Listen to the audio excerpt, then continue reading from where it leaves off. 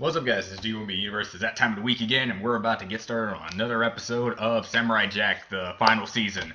And you know the drill at this point. If you watched the previous two episodes, link in the description below to head off to reaction. Come back if you feel like hearing my voice talk about the ending. And yeah, we're just going to get started instantly. 3, 2, 1 now. Clearly, it will survive the fall.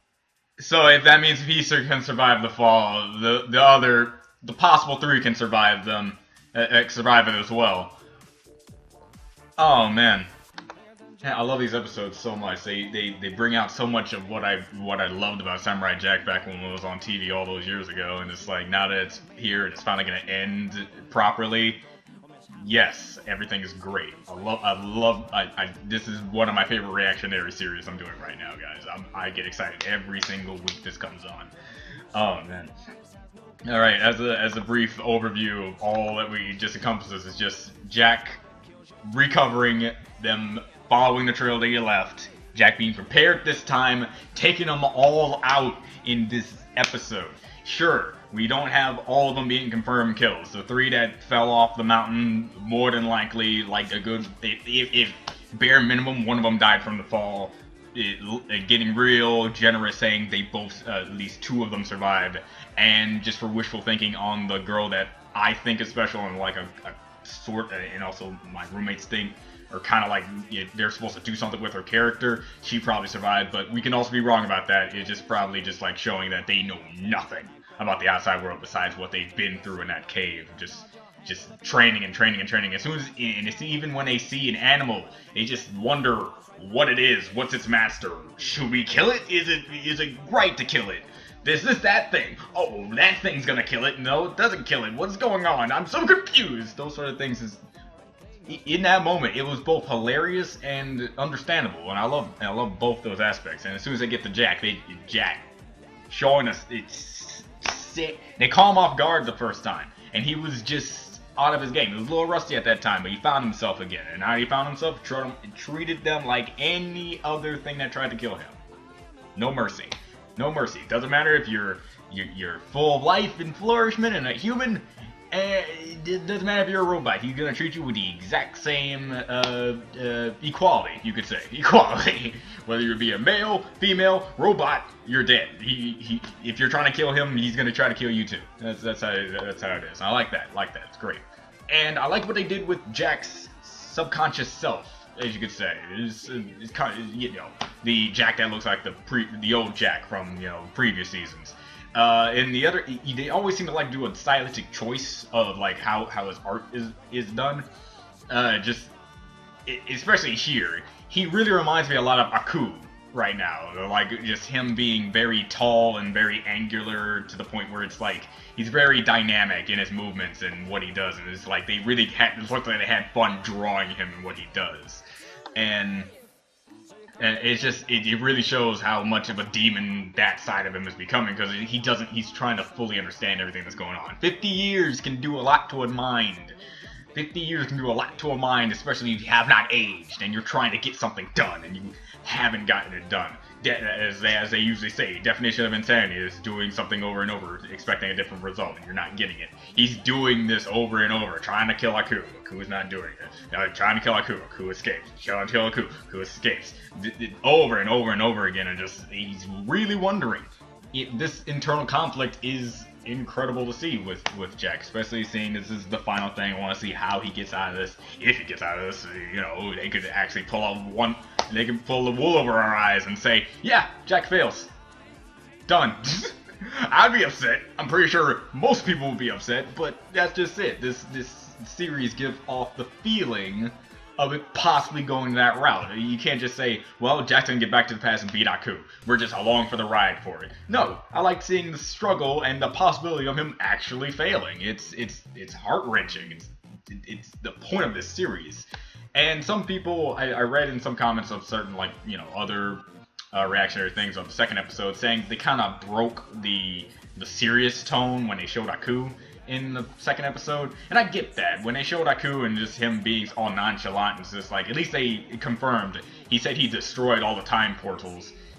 He probably got to the one where the Guardian is, or he didn't. Either or, he probably forgot one or missed that one. but in the end, like, having Aku there confirms that Aku is not some chaunting about horsemen. This is something Jack has been facing up soon, and we'll hope to get more information about.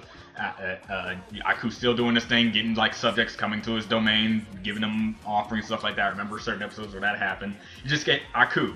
Aku has always been, even though he's the shape-shifting master of darkness, he's always been like the goofiest, all-powerful god of darkness I've ever seen in my entire life. I mean, I've seen some pretty stupid, like, primary villains, but this guy, every time he's on screen, he's either going to do something very menacing.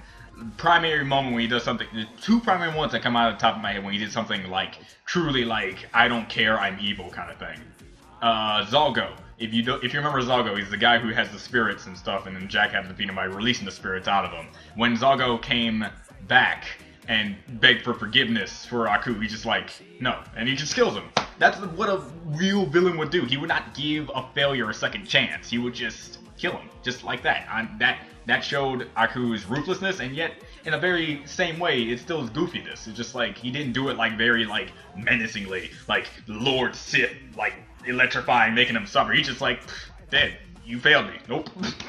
The other moment would be when he disguised himself as a woman just to trick Jack into getting something that would help him get back to the past, only to then double cross him at the very last moment, and just watching him learn that the person that he actually found like an attachment to just be him this entire time. That was evil.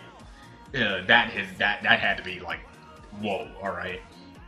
Aku can do some things that are really, really evil, yet he can do some things that are really, really, really dumb, like the episode where he had to tell the stories to the kids. That was like one of his low moments of being the all-seeing, powerful master of, oh my god, crap, darkness. Alright?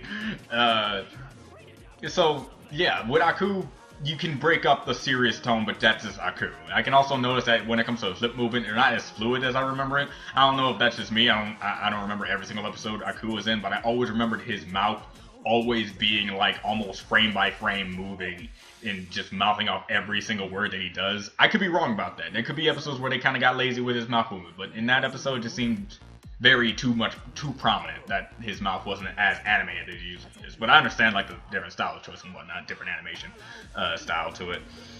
But in the end, yeah, this episode was great, showing like intensity and also just showing if Jack was serious and just like his dad, just like knew what he had to do at either moment. If he dies here, he fails everything. He fails everyone that he ever wanted to trust. It's just he needs to do it, and that's why I like Samurai Jack. He adapts, and he adapts fast to the point where he takes out almost all of them. I'm pretty sure all of them.